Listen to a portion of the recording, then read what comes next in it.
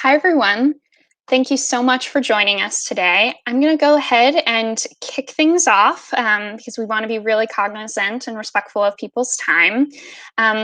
Welcome again to Taproot Foundation's webinar, Building Communities That Work, a guide to using pro bono support at your workforce development organization. We know that this time is incredibly busy for all of our nonprofit community members, so we truly appreciate you carving the time out to join us today. And please feel free to continue introducing yourself and connecting in the chat. We are really looking forward to looking into your organization and getting to know your work a little bit more.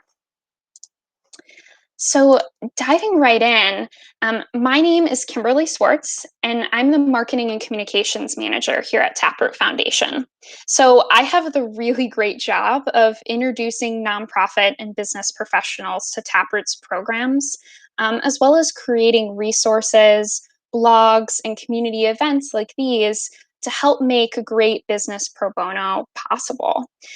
So I'm joined by my Taproot colleague, Adam Bilo, who you may have already met in the chat box. He'll be covering the chat box during today's presentation. So all attendees will be muted throughout today's event, but please continue to ask questions, make comments, make introductions using that chat feature. Adam will be handling questions throughout, or will direct them to myself or some of our other guest speakers during the Q&A at the end of the webinar.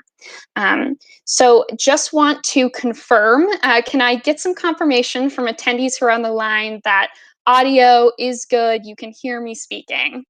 Wait to continue until I have some confirmation there in the chat. All right, so thank you. I hear Rachel, Don, Ken, thanks for confirming that. So I'm going to go ahead and keep plugging away.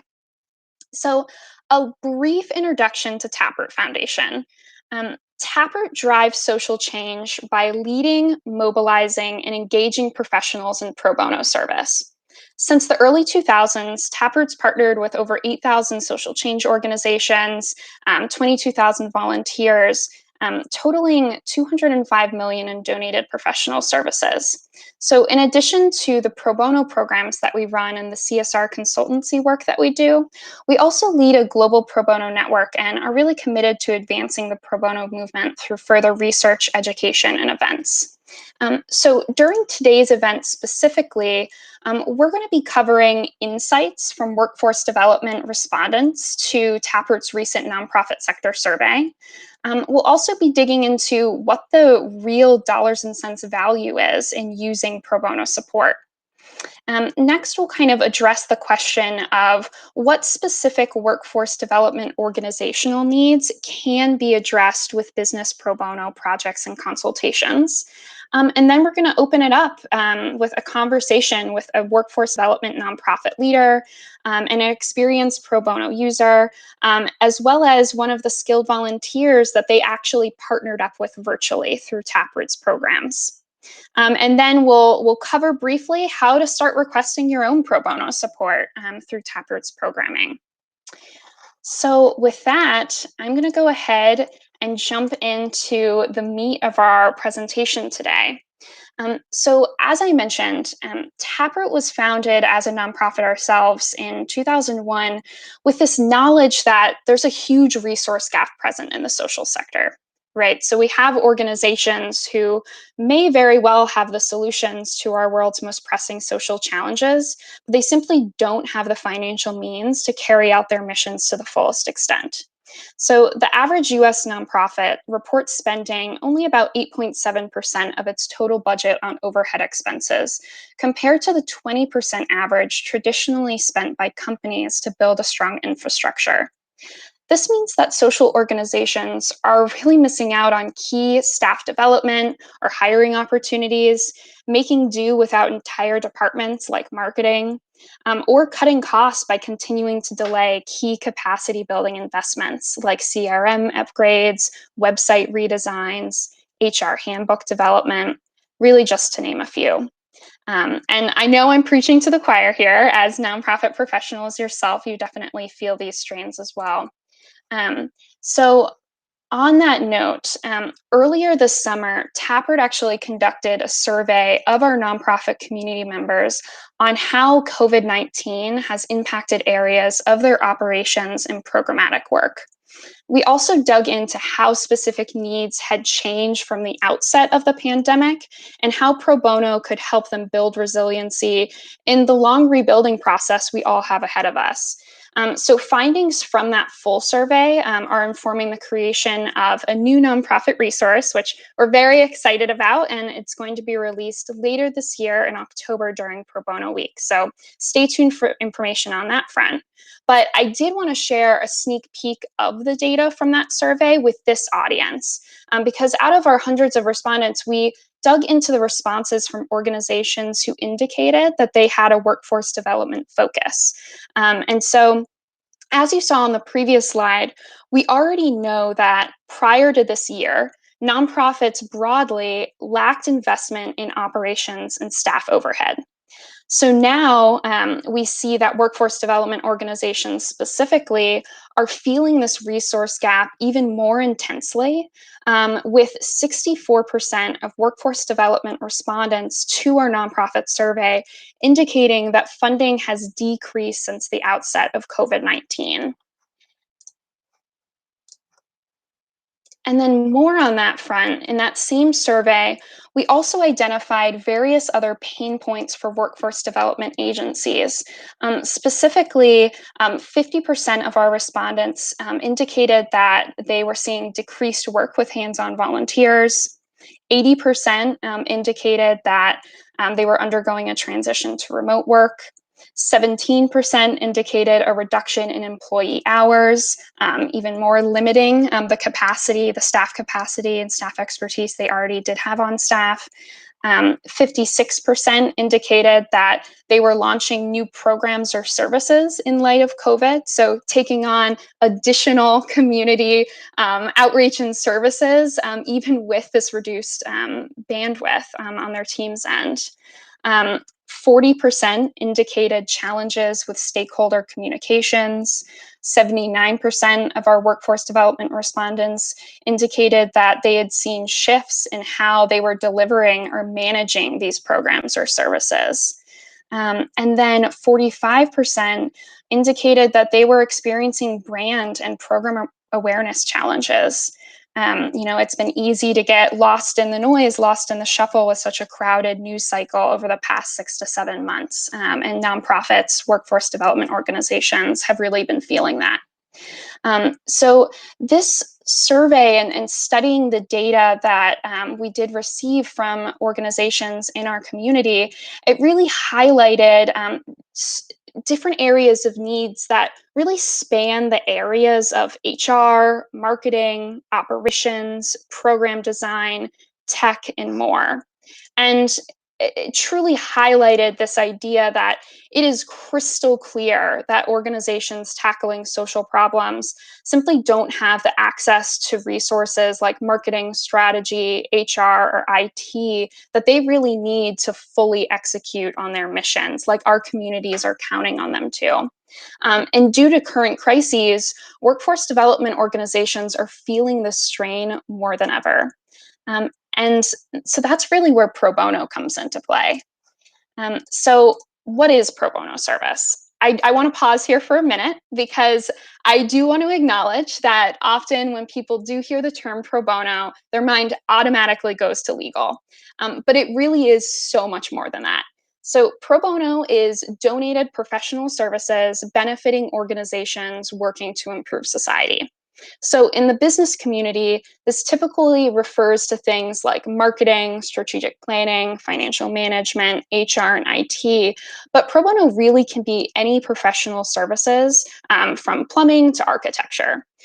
So through a study we completed with CEP originally in 2015, but we used refreshed data in 2019, Taproot has actually determined that the average value of an hour of pro bono service is $195.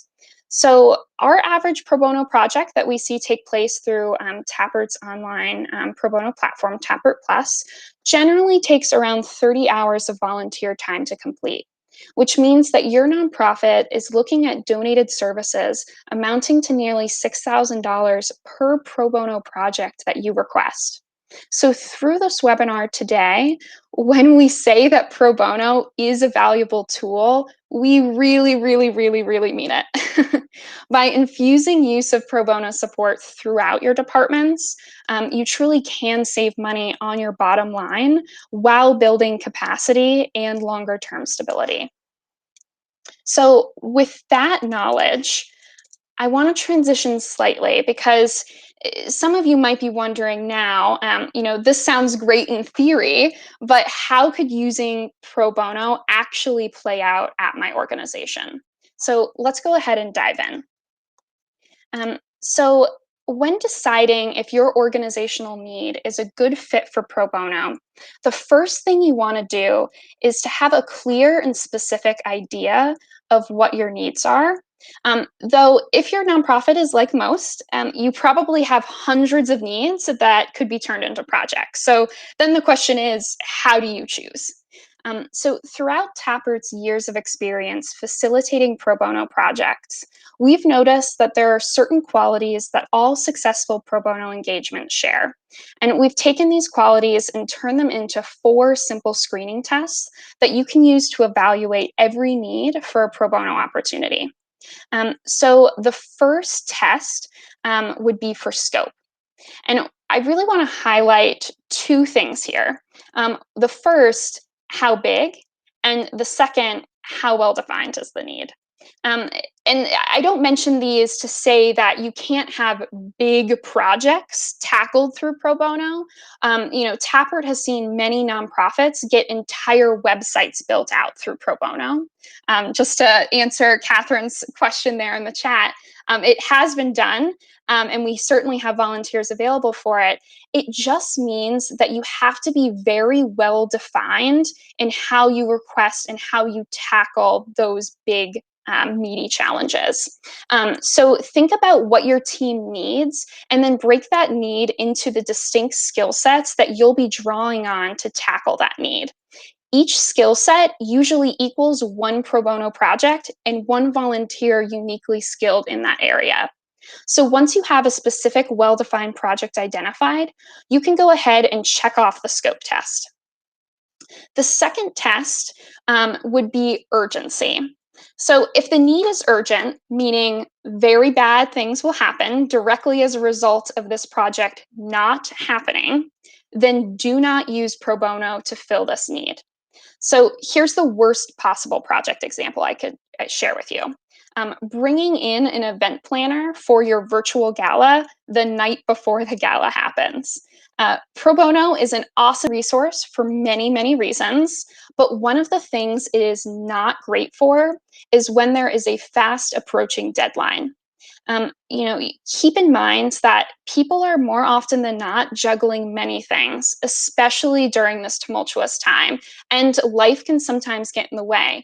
So be mindful of what your deadlines are, as pro bono does generally take place on a longer timeline than most in-house projects. So take a moment to look at your list of needs, and if your project has an absolute deadline and it's coming up really quickly, go ahead and cross it off your list. If it doesn't, then it would pass the urgency test. So our next test for great pro bono would be knowledge transfer. So an example of a pro bono project with possibly the least amount of knowledge transfer needed would be a situation where maybe a plumber comes in to fix your nonprofit sink. So this is a very expensive, highly skilled person. However, they don't need any information about you or your organization in order to fix that sink.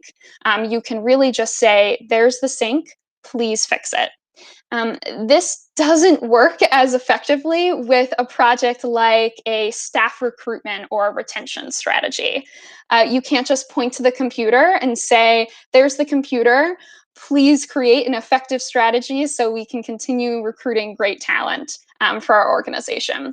There really has to be a lot of information exchanged between you and the volunteer in order to make those types of pro bono projects happen effectively.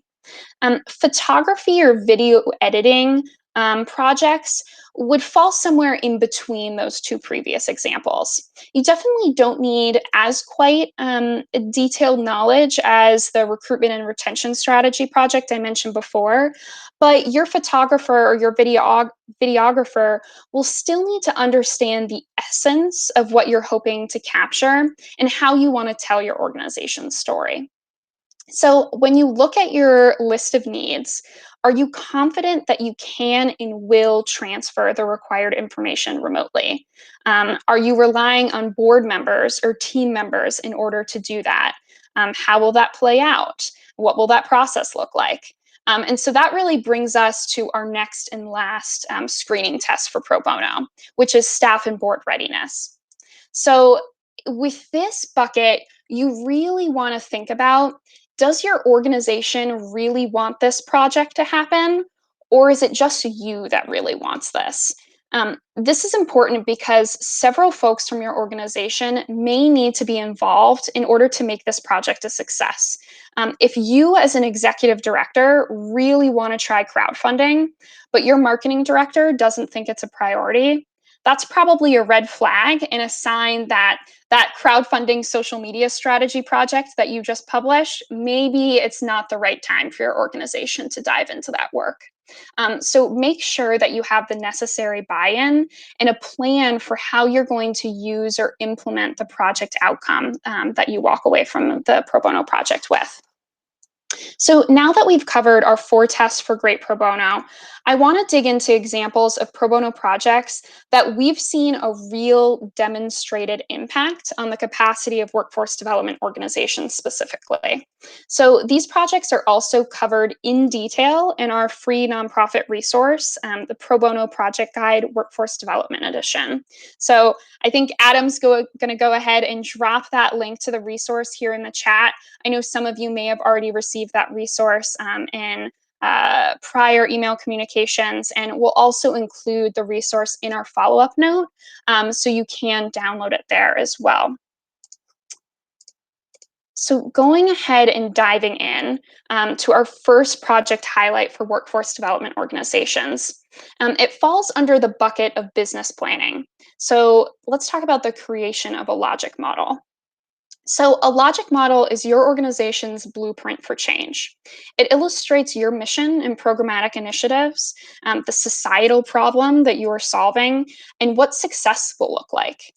By incorporating a logic model with your business planning efforts, your nonprofit can really connect the work you're doing and the impact you're creating in the community with the actual funding needed to make it possible. So, work with an experienced business planner to help build your roadmap so related program and operations expenses match up against your revenue goals. And as you can see from this quote on the slide here, it's from an experienced Taproot pro bono user and a fellow workforce development nonprofit leader. Getting that neutral third-party perspective on projects having to do with strategy or finances can be key in achieving wider spread buy-in for a project and really moving decision-making along. Sometimes you do need that neutral perspective in order to say, all right, this is truly what we need to do. So Taproot's pro bono pro tip, so to speak, for this logic model project specifically would be, this project really involves defining relationships between your programmatic work and your revenue. So you are going to really want to ensure that relevant staff leaders or board members are bought into the project. So going back to that board and staff readiness test that I mentioned before, that is going to be key for a logic model project. You're going to want to make sure that you create space for those staff leaders or board members to have opportunities to provide feedback or ask questions throughout the project, and want to ensure that those same leaders and board members are prepared to embrace and implement the results of your logic model project. There would be nothing worse than going through that whole process of strategizing, digging into your finances, digging into your vision, and then just to have it sit on the shelf and not be used. So switching over to our next workforce development specific project example, want to cover what conducting a cost analysis could look like with a skilled volunteer. So, a cost analysis would mean analyzing the products, programs, and more programmatic activity with support from a volunteer who's skilled in accounting and budgeting. So, having a third party expert come in to conduct this analysis with your team will really help ensure that you're making data backed decision on the tough financial choices you're facing. So, I think that this one even takes on more significance in light of those stats that we saw earlier in the presentation around funding decreases for workforce development organizations. Sometimes this does involve making tough decisions about we need to increase the cost of this service or cut this program in order to make it through this period of flux. So that can be really helpful to have this third party expert come in order to conduct the analysis and validate the findings. Some questions to consider here, if you're considering branching out into a social enterprise, for example, for on the job training or employment for program graduates, conducting cost analysis exercises can really be a key step in determining the viability of this new initiative. So, a quick tip from Taproot on this type of project. You'll really need to make sure that your financial statements are organized before completing a cost analysis. So, a quick Taproot Plus consultation session with an accounting pro can help. And I'll cover more details about what consultation sessions look like and how you can request them a little later in the presentation. So, hang tight. So the next project example I want to jump into is performance management process. So team up with an experienced HR volunteer in order to build a system to manage, retain, or develop team members, or even your program participants. So a strong performance management system can help increase staff satisfaction and effectiveness while improving your nonprofit's ability to fulfill its mission.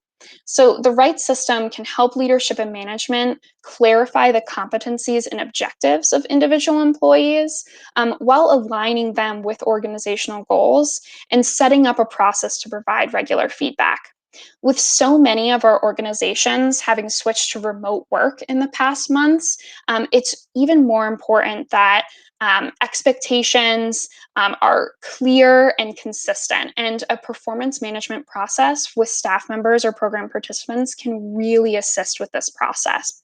So, a pro bono pro tip from our end on this type of project.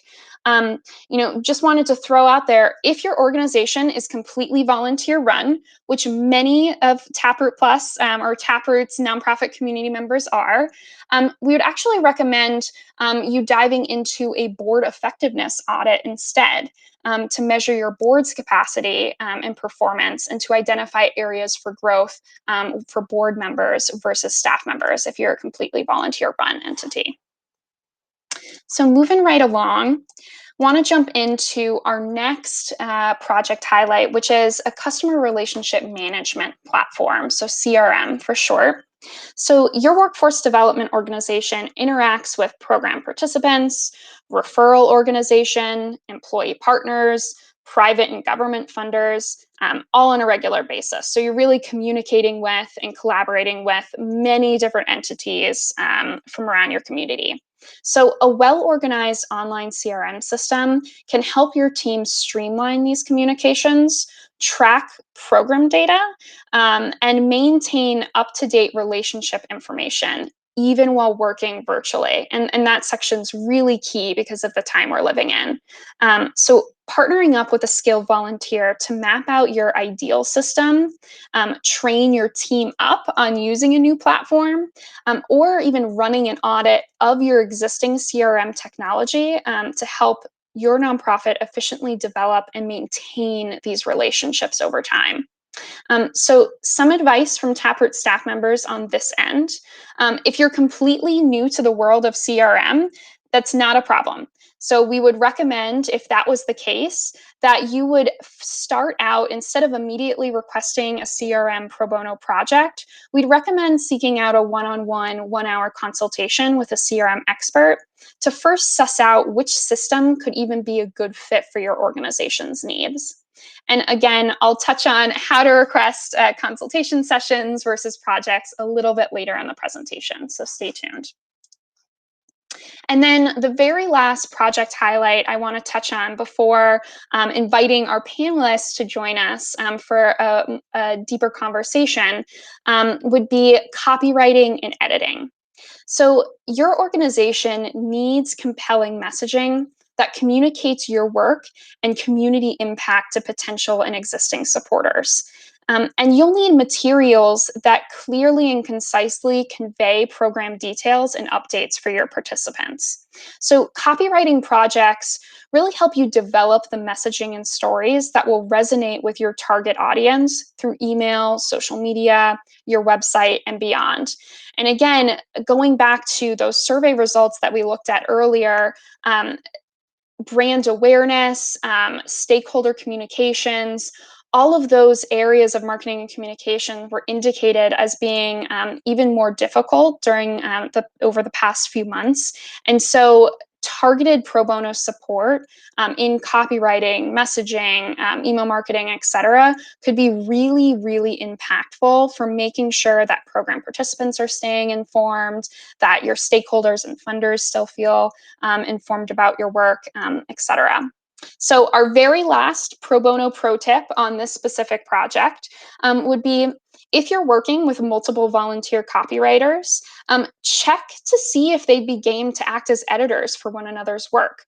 This type of collaboration makes certain that your communications will maintain a consistent voice and style, which is really important for folks who are only hearing from you on a virtual basis now. So with that last project highlight, I'm actually going to go ahead and invite our panelists to go ahead and unmute themselves, turn their videos on, while I briefly introduce them. Right, great. I can see you're joining, and I'm going to go ahead and turn my video on as well. Great. Go ahead and confirm in the chat if you can see us okay. I'm switching over to AV mode. So I'm so pleased to welcome John Spooner, who's the co-founder of Stacks and Jewels, which is a nonprofit that runs building automation training programs and project-based learning curriculum in computer programming and wireless networks. And Jeffrey Kamenetsky, who's an experienced copywriter for Kaspersky Labs and a Taproot skilled volunteer.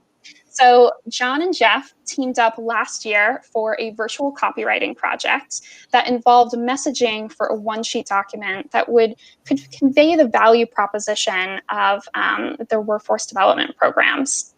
So thank you so much for joining us, John and Jeff.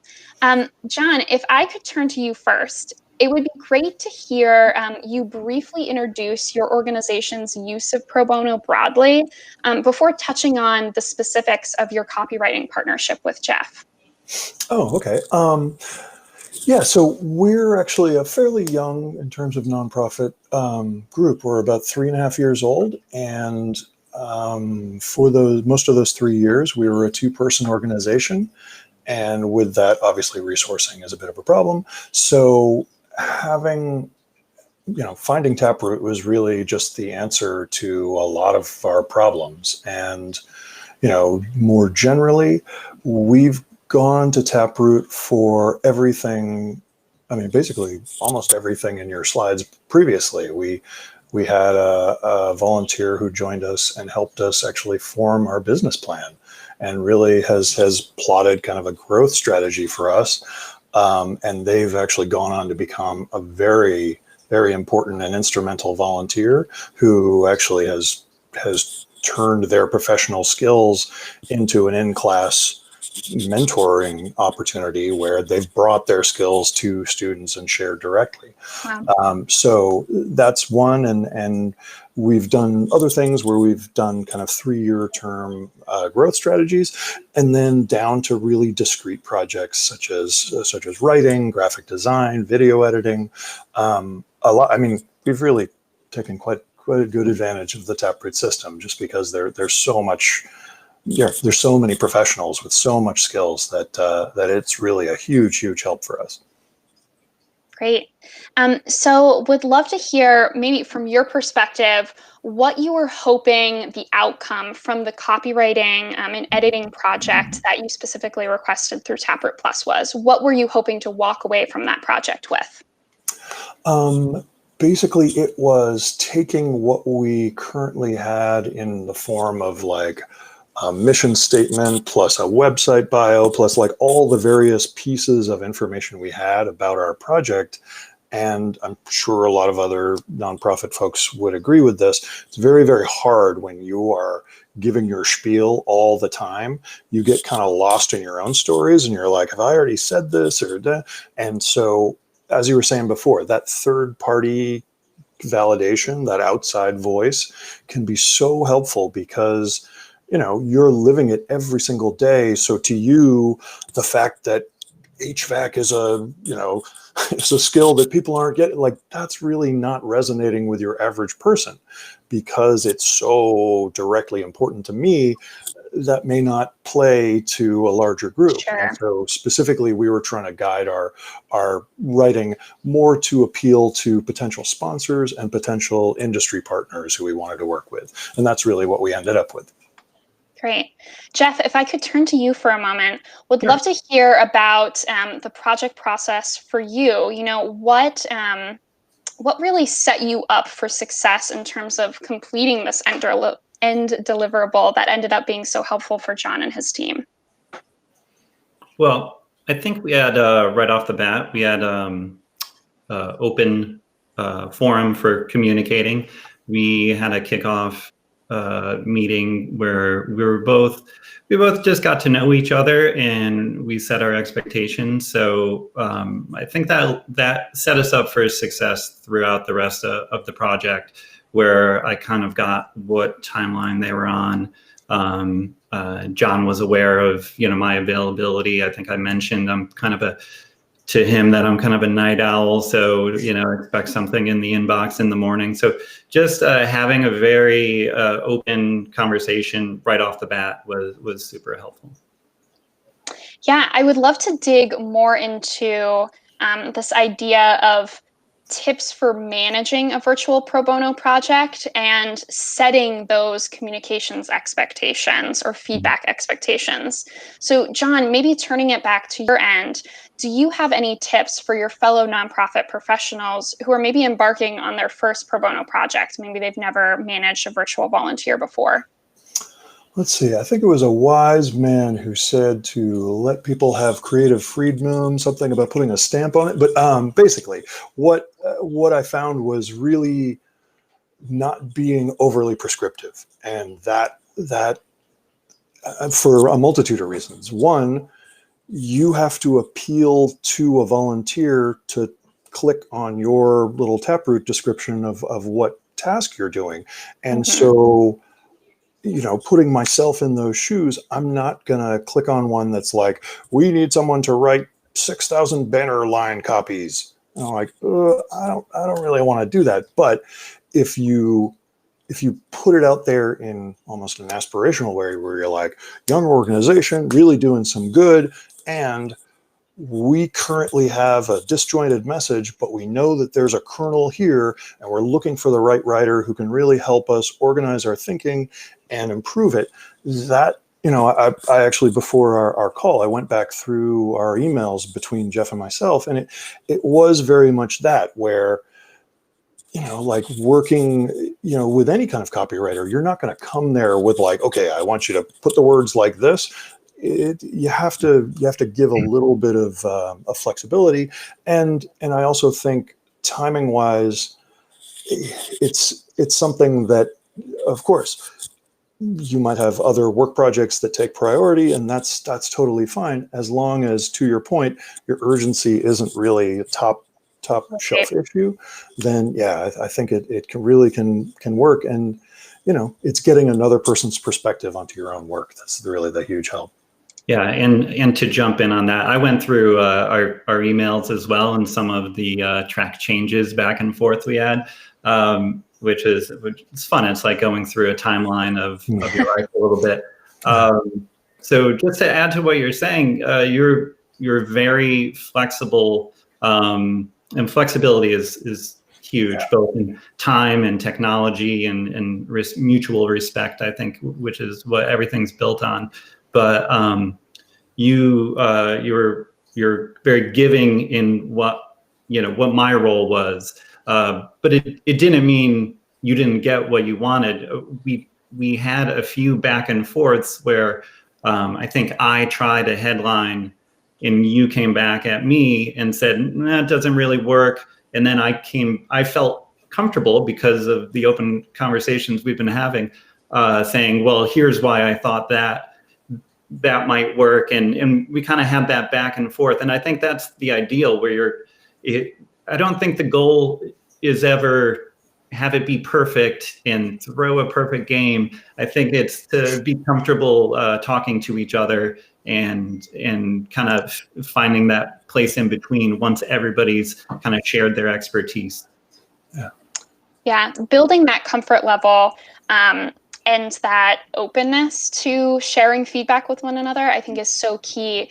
And Jeff, would be interested to hear from your end, what was it about those kickoff calls initially? Because you mentioned that it helped you set communications expectations. You were a night owl, so that he knew when you were doing the bulk of the work on the project. What else did John do from his end to really ensure that that level of trust was built right from the outset of the project? Sure. Well, I think what was helpful was we both started, which is just a good place to start any conversation. We both kind of told our story.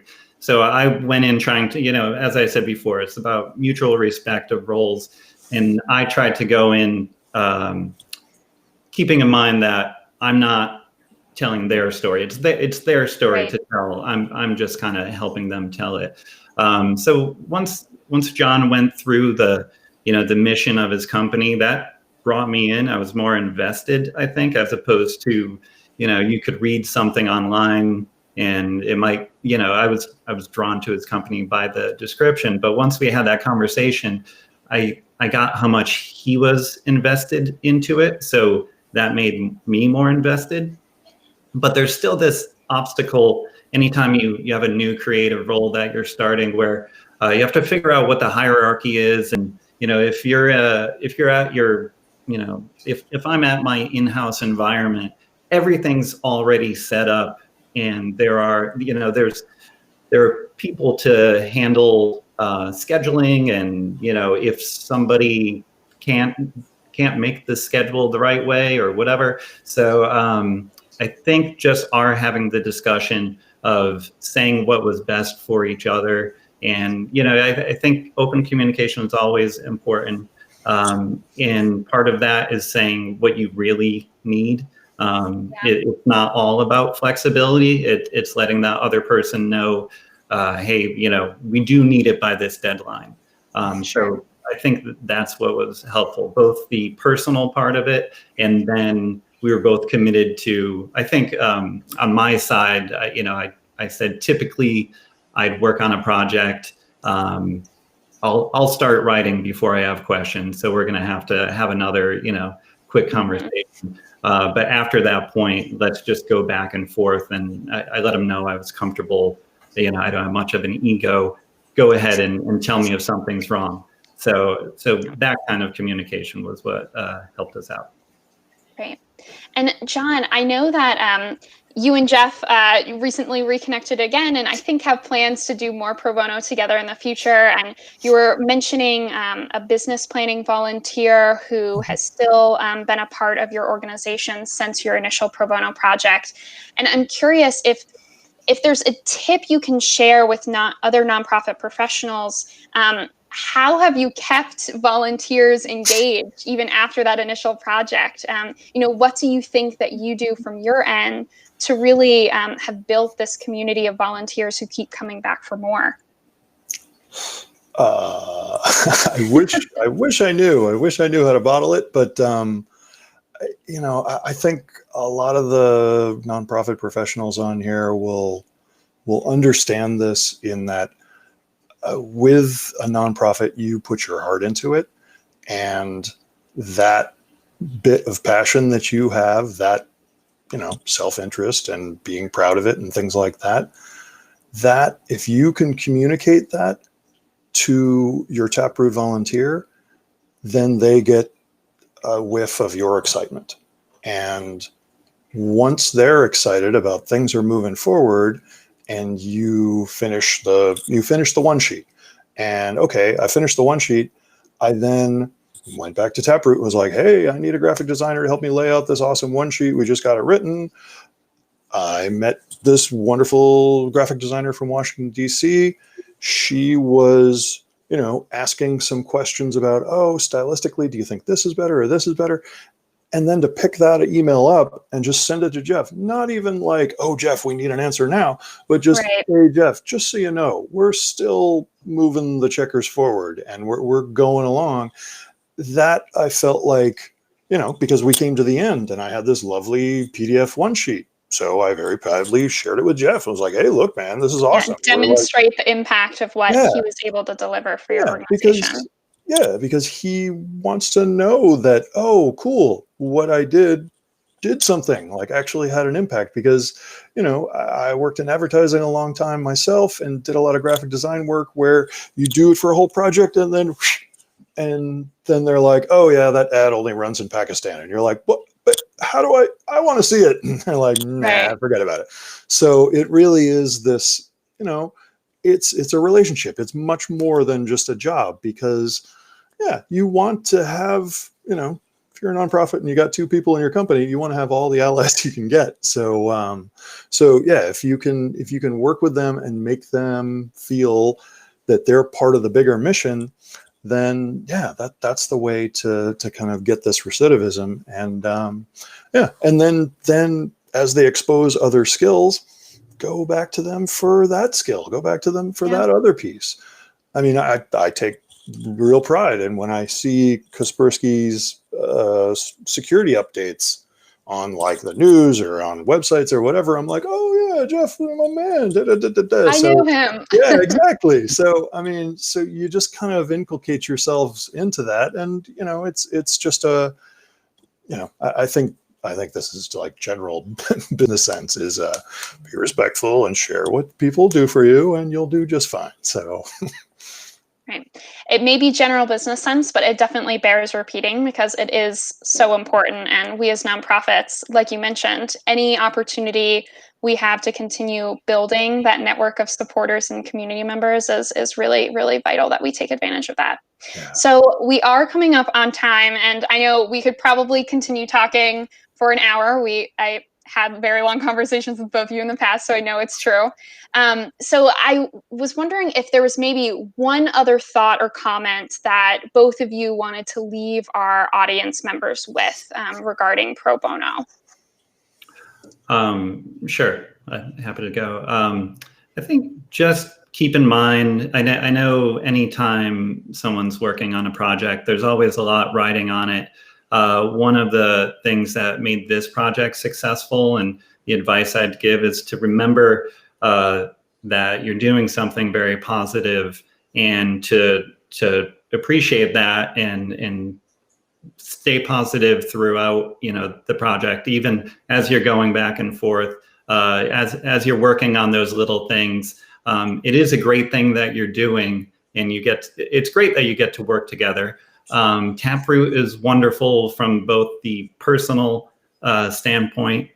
It's connected me to John's organization, and after I had been, looking for a long time, trying to figure out how I could contribute, but also on the professional side, it helps you step out of yourself for a little bit. I love where I work. I love my coworkers, but change is a positive thing. And this allowed me to experience some change without a total upheaval of my life. I didn't want to switch jobs. I was just wanted to meet someone like John and work with him. And, it's very enriching across the board. So just keeping that in mind, that it's a great positive thing.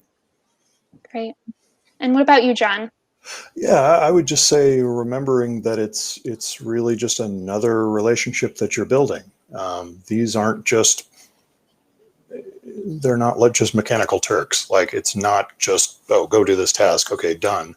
It really is developing a relationship with somebody who you are basically getting a volunteer, and you have to manage that volunteer. You have to, be a human and be interested in what they're doing. And, communication is one of the big things that really brings that about. We've Stacks and Jewels, currently we actually have a project that Taproot just filled, where our social media, which should be starting the end of this week, is now being kind of data banked by a social media strategist who we work with. And in fact, we actually have a virtual event coming up at the Friday of next week, October 2nd. So if anybody on here is interested, if you go to Stacks and Jewels, andjewels.org/benefit 2020. There is information about a virtual event that we're doing, and we use some artwork from an old Taproot volunteer as well for that development. So Taproot really has its fingers all over our site and all over our work. Great. And we're so glad that we can support your work. I just dropped that link that John said in the chat, so I hope that folks will check it out. So I just want to say another sincere thank you for taking the time to join us. I think having those personal insights from a nonprofit and the virtual skilled volunteer that they worked with are really important, because it can be so difficult to hear about this type of resource, this type of support that you've never experienced before. But it's another to relate it to how it could work at your own organization. And I think both of you, just through your insights, demonstrated that in a really personable way. So thank you again for joining us. If you're able, please stick around, because we may have some questions for you floating in the chat. I haven't been able to keep up quite so much, but if folks do have questions for John and Jeff, plug them into the chat and they'll try and answer throughout the rest of our presentation. So with that, I'm going to go ahead and ask you both to remute yourself, and I'm going to take us back to our presentation deck. So just may take a moment to shift over. All right, so I think we're back. I'm just going to go ahead and keep plugging along. I do want to be careful about time and save a few moments at the end. So I'm going to try and more quickly run through this last section. So now you should have a good idea by now on how to translate your team's need into a specific and well-scoped pro bono project. And you've heard some great examples from a fellow nonprofit and their volunteer partner on how they teamed up for pro bono support together. And so you may be wondering, how do I now find somebody with the right skills to get the project done well and for free? And so that's really where Taproot's programs can help. So we've made virtual pro bono hopefully simple and streamlined through our free online nonprofit and volunteer matching platform, Taproot Plus. So our team designed Taproot Plus to be flexible and nimble enough so that your nonprofit can get skilled volunteers no matter how big you are. So we have no budget size restrictions. Doesn't matter if you're completely volunteer run or have over 500 staff members. Taproot Plus is here to support you in your work. And it's completely free to use. So there's no cost or fee. You can have as many nonprofit professionals at your organization sign up for an account. You can post as many project requests as you need.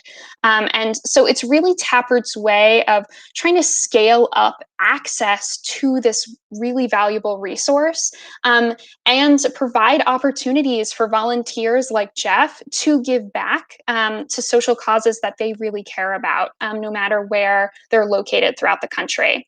All from the safety of their own home, since our connections do take place virtually. So currently, Taproot Plus is open to registered nonprofits, public schools, and fiscally sponsored social good organizations across the United States, United Kingdom, European Union, and India, and has over 75,000 total users.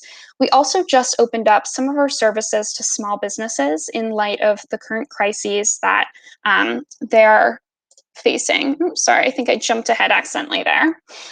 So please feel free to drop a note in the chat if you want more information on the Small Business Initiative. I won't be covering it in greater detail, but I'm happy to follow up with you offline if you'd like more information on that. So to get started on Taproot Plus, all you'll need to do is pull up a browser and head over to taprootplus.org.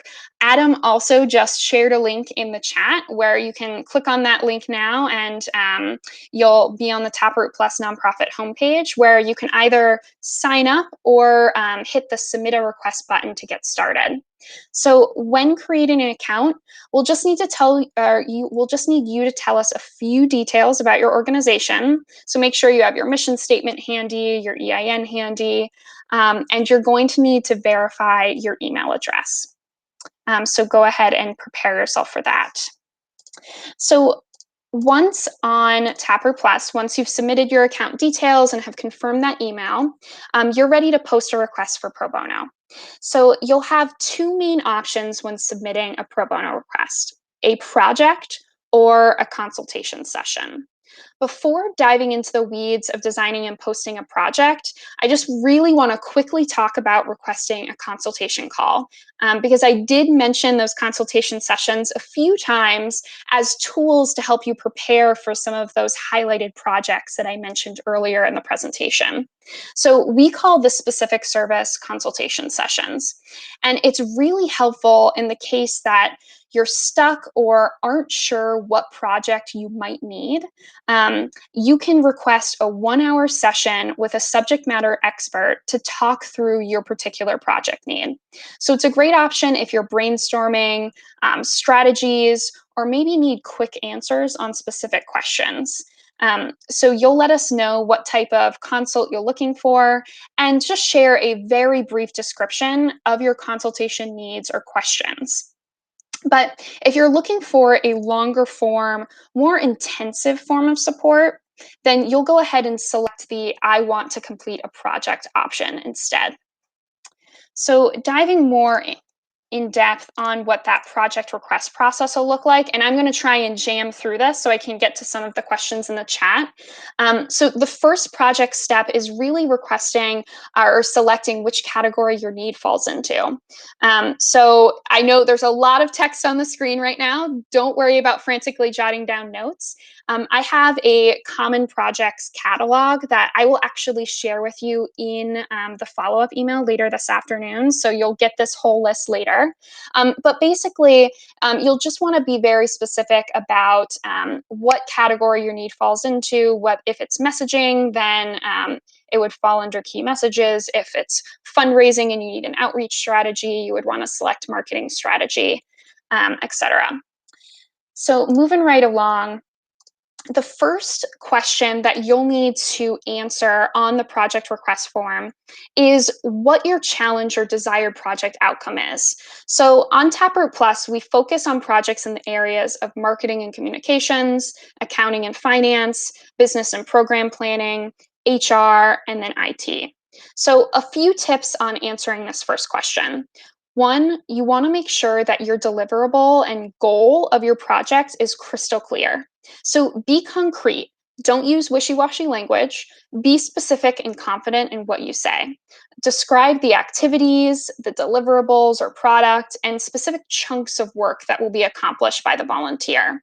And I think that John gave some really good advice on this specific topic during our panel conversation earlier, you want to make sure the scope of your project is really tight, but allows for creativity. And if it is a more marketing, graphic design focused, copywriting focused.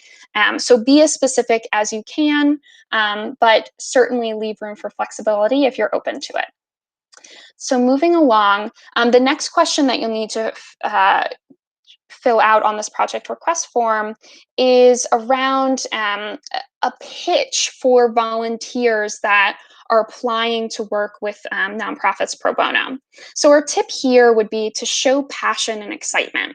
So tell the volunteer what really makes your organization and the work you're doing great. So it comes down to volunteer recruitment. You all probably do this on a week-to-week basis. So you're really going to attract more of the top volunteer talent by selling volunteers on what your organization does and how this project will help make your work better or more possible. So really pitch your project here. And then the third and final question that you'll have to answer on this project request form is around readiness. So going all the way back to those 4 tests for great pro bono that we talked about, readiness is definitely a big part of that. So share what you've done to prepare for the project. It could be a great wake-up call for organizations who may come to this question and realize that in order to recruit a volunteer for a specific need, they actually need to have XYZ prepped ahead of time. And that might mean making a separate pro bono project request for that prep need first, right? So remember, on average, pro bono service is worth $195 per hour. So your team really wants to ensure that you're ready to make the most out of this valuable resource and your volunteers' time. So kind of skipping ahead here, once your project ask has been submitted, it's going to be reviewed by the Taproot Plus team. So every request gets reviewed by our team, and we'll help you refine it if it maybe needs a little bit of a tighter scope or some tweaks, and we'll share it out with skilled volunteers in our network who have the right skill set. We'll provide you resources for the interview process, and once you're matched with a volunteer, we'll provide project management resources and tips through your Taproot Plus dashboard. And our team is absolutely here as a resource. So we're going to check in with you once you're matched with a volunteer every week or so, just to make sure everything is running smoothly. So definitely stay in touch with us with any roadblocks or causes for celebration. That's just as important to us. So with that, I wanted to put the help desk contact information that I mentioned up here. And I'm also going to check if there's any questions that we haven't addressed yet in the chat. I know we're coming up on time, and so many of you might have to jump right at the hour change. I'm going to go ahead and stay on the line and continue answering questions. But if we don't get to yours by the time you have to jump, I will absolutely follow up with you personally after this event. But want to say, just in case people do need to jump off, thank you again for joining. We're so appreciative of your time. All right, just one moment as I scroll through and make sure we got to everything. So one initial question, I touched on it a little bit earlier. Do we help with websites? Yes, we help with websites.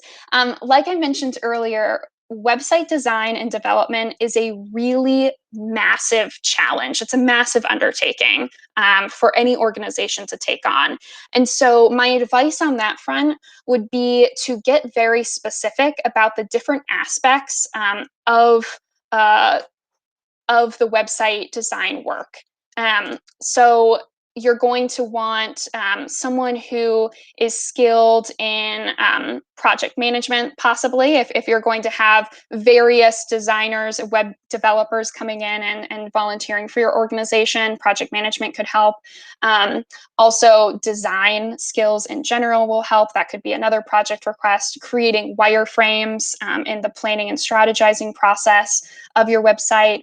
Possibly conducting stakeholder interviews so you know what your supporters and program participants are really looking for when they come to your website. All of those things require different skill sets. And so you're likely going to want to put in different pro bono requests for each stage of that website pro bono process. So just running through a few things. Yes, we're so glad. I see Philadelphia Works is here. We're really glad we can work with your organization now too, since you are remote. I just want to reiterate, Taproot Plus is totally, it's available to any nonprofit organization across the US. So we do have cities, as I mentioned, I think way at the introduction of our presentation, we have cities or offices in New York, Chicago, LA, and San Francisco, but our programs are accessible virtually across the country. So hopefully location will not be a barrier point anymore, which we're really happy about. I see another question about, are the majority of your pro bono volunteers college students? No. So one of the requirements or recommendations that we have for volunteers when they sign up for the platform is we recommend that they have at least 3 years of professional experience before applying to give back in that area. And the reason for that is we know that nonprofits are understaffed and under-resourced and likely do not have the time to train someone up in a specific area in order for them to volunteer in that area, right? So pro bono is a great opportunity for professionals like Jeff to stretch their skills and get out of their day-to-day grind and to meet and make new connections with issue areas that are really near and dear to their hearts. But it's not necessarily a great place for folks to learn completely new skills. So we don't have many college students who volunteer through our programs unless they do have prior work experience in the pro bono fields that we operate in. So just scrolling through, making sure I got to everything here. Do the volunteer and business client ever speak on the phone? Yes. So you as the nonprofit will get to interview any of the volunteer applicants that you think might be a good fit for your project. So Taproot will help you set up that interview, will help set up the conference line for you and the volunteer applicant. And it's really going to be up to your nonprofit team as to which of the volunteer applicants looks like they're going to be the best fit for your organization. You'll get to see their resume, their Taproot Plus profile, a statement of interest, why they're interested in working with your organization specifically. And so that can kind of help guide what that initial interview will look like. And we'll also, we have resources available in terms of what you should be asking each other during that first interview, because it's not just the nonprofit interviewing the volunteer. The volunteer is also making sure that this is a good project fit for them. So it's questions from both sides. And a really important part of the process. And then after the volunteer nonprofit match takes place, it's really up to you and your pro bono partner in terms of how you want to communicate with one another. So if you find that your project check-ins work best via the phone, by all means, continue checking in on the phone. It could be video conference in times when we didn't have a pandemic across the US, you could even meet together in person if you both happen to be located in the same city. So it's really up to you how you want to manage your project and how you want to set communication standards. All right, so I see a good amount of requests just for information on the small business front. So I will go ahead and follow up with you all after this presentation, and stay tuned to your inboxes. As soon as the recording has finished generating and we have all those other resources I mentioned pulled together, we'll go ahead and email all registrants a recording of today's event. So please, you have our information, you know how to reach Taproot. Please feel free to keep in touch. We are really looking forward to working with your organizations in the future. And thank you again for taking the time to join us today. All right. And with that, I'm going to go ahead and close the event. So thanks again for joining. Bye now.